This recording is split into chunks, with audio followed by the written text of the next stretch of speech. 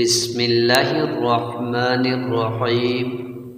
السلام علیکم ورحمۃ اللہ وبرکاتہ۔ ام المؤمنین حضرت عائشہ رضی اللہ تعالی عنہا سے روایت ہے کہ ایک شخص نے رسول اللہ صلی اللہ علیہ وسلم سے اندر آنے کی اجازت چاہی تو آپ صلی اللہ علیہ وسلم نے فرمایا کہ اسے اجازت دے دو، فلاں قبیلے کا یہ برا آدمی ہے۔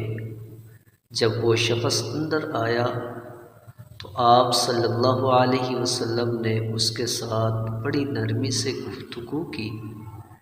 میں نے عرض کیا، یا رسول اللہ، آپ کو اس کے متعلق جو کچھ کہنا تھا وہ ارشاد فرمایا، اور پھر اس کے ساتھ نرم گفتگو کی۔